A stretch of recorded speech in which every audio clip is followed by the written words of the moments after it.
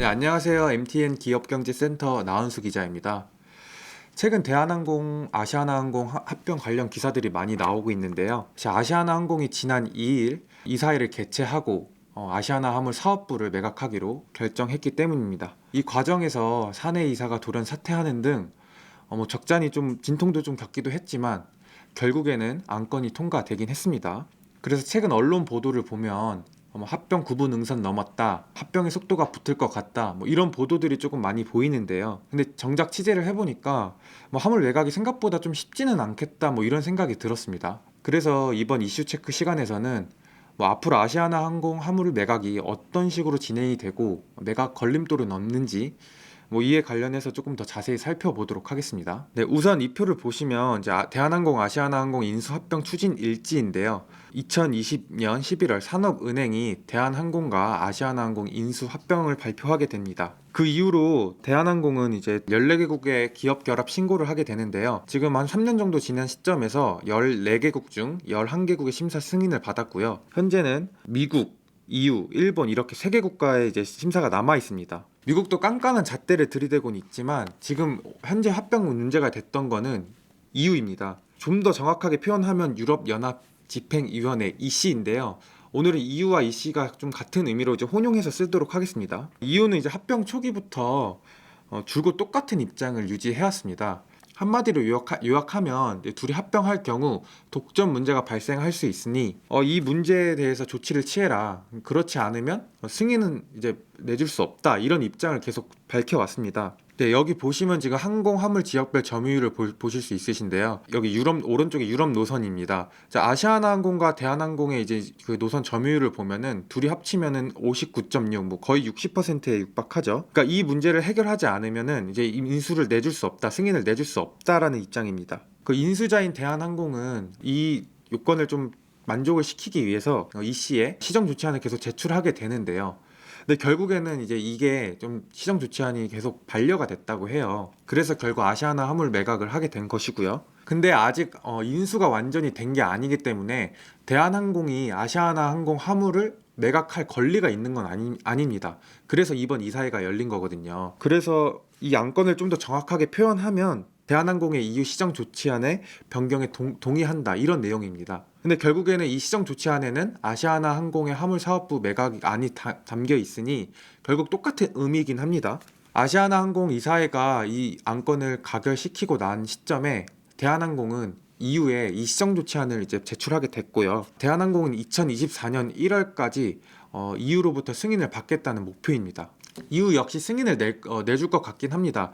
근데 그냥 무조건적으로 승인을 내주는 게 아니라 조건부 승인을 내줄 게 유력한데요. 너네가 만약에 화물 매각에 실패할 경우 이 승인은 없던 일로 하겠다, 이렇게 이해하시면 될 것 같아요.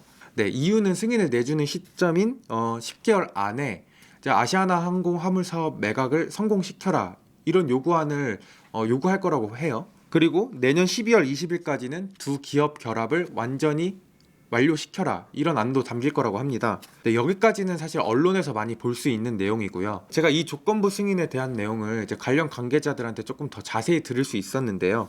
대한항공이 예상하는 EU 승인 시점이 내년 1월인 점을 고려하면 이제 10개월이니까 내년 11월까지는 이제 아시아나항공 화물 사업을 매각해야 된다는 얘기죠. 그리고 또 내년 12월 20일까지는 이제 두 기업이 완전히 이제 합병이 완전히 완료돼야 된다는 의미고요. 이 조건을 이제 기간 내 완결시키지 못한다, 그러면 이제 합병은 완전히 무산되게 되는 겁니다. 그리고 조금 더 깊게 들어가서 이 기간 10개월 중에 7개월에 경과하도록 매각 가격 문제로 결론이 나지 않을 경우 EU가 주관한 매각 수탁인이 매각 가격을 조정한다, 이런 내용도 담길 거라고 하는데요. 그러니까 이 말은 이제 현재 업계에서 추산하는 아시아나 항공 화물 매각 가격이 5천억에서 7천억 정도이거든요.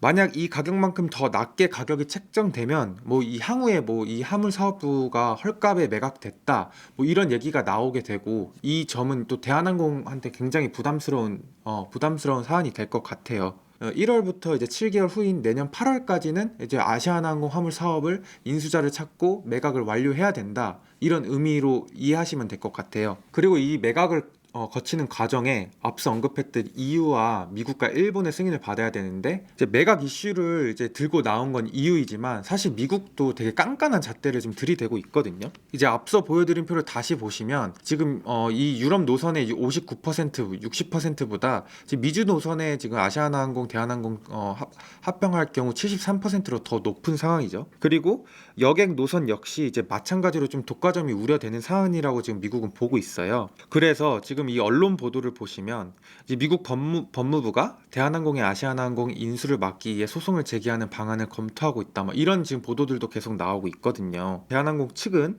이에 대해서 소송이 확정된 건 없고 들은 바도 없다, 뭐 이런 입장을 다시 내놓기는 했습니다. 미국과 일본의 승인을 받게 되는 동시에 주주총회도 거쳐야 하는데요. 이 PPT 자료를 다시 보시면 상법 제374조 영업 양도, 양수 임대 등에 대한 내용들이 나와 있습니다. 영업의 전부 또는 중요한 일부를 양도할 경우 결의가 있어야 된다, 이런 의미인데요. 이 제434조는 특별 결의에 대한 사안입니다. 출석한 주주 중 3분의 2 이상이 동의를 해야 되고, 이 출석한 주주는 발행 주식 총수의 3분의 1 이상이 참석해야 된다는 이 조건을 만족해야 된다는 얘기입니다. 물론 이 주주총회가 뭐 안건이 부결될 것 같진 않습니다. 세계 국가가 모두 승인을 받고 대한항공이 인수가 완료되는 시점에서 열리는 주주총회라서 모두 승인을 하게 되면 이제 대한항공이 약 1.5조를 들여서 아시아나항공 유상증자를 참여하게 되고, 그럼 아시아나항공의 지분율을 갖게 되거든요. 그러면 제가 대충 계산을 해보니 대략 지분율이 63% 정도에 달합니다. 그러니까 모든 주주들이 참석을 하지 않을 가능성이 굉장히 높으니 사실 뭐 안건이 통과하는 데는 크게 무리가 없어 보입니다. 다시 이 상황을 요약을 하면은 대한항공이 아시아나항공 화물 매각 사업에 대해 매각에 대해서 저가 이슈, 헐값 매각 이슈에서 벗어나기 위해서는 내년 8월까지는 어쨌든 매각자를 찾아야 되고요. 그리고 이 과정에서 미국과 일본의 승인을 받아야 합니다. 그리고 이 승인을 받게 되면 주주총회를 거쳐야 하고요. 이 주주총회에서 끝나는 것이 아닌 아시아나항공 개인 주주들, 그러니까 아시아나항공 화물사업부의 매각을 반대하는 개인 주주들의 주식을 사줘야 되는 이런 과정들을 거쳐야 합니다. 표를 보시면 제374조의 2항 뭐 이래서 반대 주주의 주식 매수 청구권 이런 내용이 있는데, 제가 앞서 언급했던 이 반대하는 주주들에 대해서 주식을 매수를 청구해야 된다는 이런 과정을 거쳐야 된다, 이런 내용들이 담겨 있는 겁니다. 그렇다면 이제 중요한 거는 인수자가 있느냐가 좀 중요하겠죠. 아시아나 화물 사업을 매각을 한다고 해서 사줄 사람이 없으면은 이제 이거는 합병이 무산되는 거나 마찬가지니까요. 현재 아시아나항공 화물 사업 인수 의향서를 낸 곳은 총 4곳으로 파악이 되는데요. 에어프레미아, TA항공, 이스타항공, 에어인천입니다. 에어프레미아, TA항공, 이스타항공은 저비용 항공사 LCC라는 기업들이고요. 그 다음에 에어인천은 화물업 사업만 해왔던 곳입니다. 그리고 조금 더 부연 설명을 드리자면 외국 기업들은 이제 아시아나항공 화물 사업을 인수하지 못하는데요. 대한민국 국민이 아닌 사람, 외국 정부, 외국 법인 뭐 이런 데는 이제 항공기를 이제 임차할 권리가 없다. 그러니까 결국에는 매각할 수 없다라는 내용들이고요. 그렇다면 이제 이들 네 곳이 이제 인수할 여력이 있냐, 이런 걸 좀 따져볼 필요가 있는데요. 그래서 이들 네 곳의 현금성 자산을 좀 한번 살펴보도록 하겠습니다. 인수 의향 기업들에 대한 현금성 자산 현황인데요. 에어프레미아는 한 500억 정도 가지고 있고, TA항공은 2,300억, 이스타항공은 11억, 에어인천은 185억입니다. 앞서 언급했던 이제 화물 매각 가격이 한 5천억에서 7천억 정도 된다고 얘기했으니 현금으로만 보면은 좀 녹록치 않은 상황이죠. 에어프레미아 경우 이제 작년 말 기준이라서 500억인데 최근에 한 1,500억 정도의 유상증자를 거쳤다고 해요. 그래도 한 2천억 정도니까 돈으로만 봤을 때는 그렇게 여력이 충분해 보이지는 않습니다. 이렇게 생각하실 수도 있을 것 같아요. 외부로부터 돈을 빌려서 영업을 한 다음에 갚으면 되지 않느냐, 뭐 이렇게 상황을 좀 생각하실 수도 있을 것 같은데, 실제로 이들 기업들이 지금 실적 자체가 나쁜 건 아닙니다. 뭐 잘 아시겠지만 코로나 이후 이제 여행객들이 급증하면서 이제 항공 수요가 굉장히 늘어나면서 이들 기업들 실적 또한 나쁘지 않은 상황이거든요. TA항공의 경우 이제 작년 상반기 기준 영업이익이 한 1,025억, 뭐 이스타항공도 최근 기업 회생 절차를 밟고 나서 9호기까지 항공기를 도입하고 이제 본격적으로 하늘을 날기 시작했고요. 뭐 에어프레미아의 경우도 상장사가 아니라서 분기별 실적을 따로 발표하고 있진 않은데, 제가 취재한 바에 따르면 이제 3분기에 100억 원대 후반의 영업이익을 냈다고 해요. 화물 운송 사업을 하는 에어인천의 경우도 지난해 190억 원의 영업이익을 냈고요. 근데 사실 LCC 업계 입장에서는 좀 조심스러울 수밖에 없습니다. 이제 이들 기업들이 좀 기업 정상화가 된 지 좀 얼마 안 됐거든요. 지금은 좀 돈을 벌곤 있지만 이제 코로나 기간에 이제 하늘길이 막히면서 비행기가 뜨지 못했고, 고정 비용은 계속 발생하면서 영업 손실을 계속 기록을 했거든요. 이 표는 결손금 현황인데요. 결손금이라는 거는 이제 기업들의 영업 적자, 단기 순손실을 누적된 현황을 한눈에 볼 수 있는 내용들입니다. TA항공 같은 경우에는 3천억, 3,300억 정도의 결손금이 지금 쌓여 있는 상황이고, 이제 에어프레미아는 작년 기준 1,100억 원, 이스타항공도 작년 기준 5,300억 정도의 이제 결손금이 쌓여 있죠. 에어 인천은 이제 결손금은 아니고 이제 88억 정도에 되는 잉여금이 쌓여 있긴 한데 그래도 많지는 않습니다. 그래서 한번 물어봤습니다. 인수전에 뛰어든 이제 네 곳 중에 한 대표하고 이제 연락이 닿아서 이제 전화 통화를 한번 해봤는데요.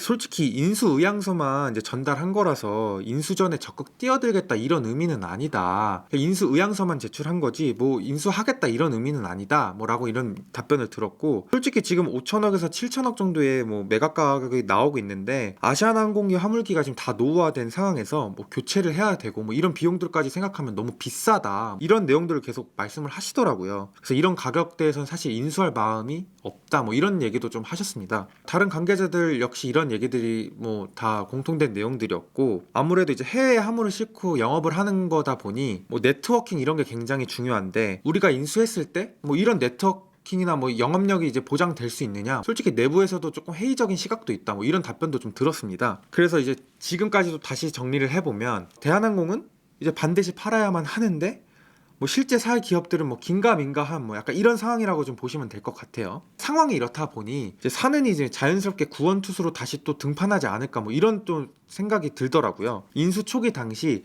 대한항공, 아시아나항공 합병으로 국가 항공 산업 경쟁력을 강화하겠다 뭐 이런 명분으로 이제 사는이 합병을 주도했던 거거든요. 근데 이 딜이 무산되면 이게 부담스러울 수밖에 없는 거죠. 왜냐하면 지금 아시아나항공과 대한항공 이 합병 이전에 현대중공업과 대우조선해양 이 합병 이슈도 있었어요. 그때도 산업은행이 얘기했던 게 조선산업이 재편되고 국가 경쟁력이 올라갈 거다.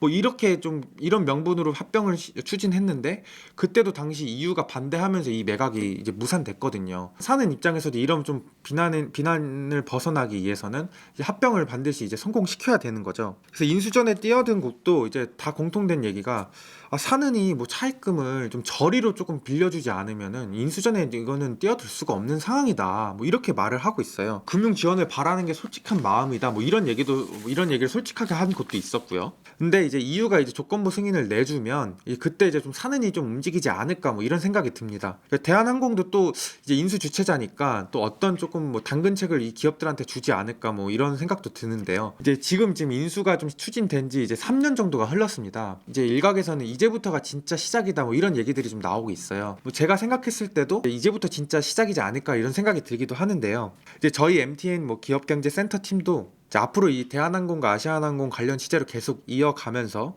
이 이슈들을 계속 지켜보도록 하겠습니다. 감사합니다.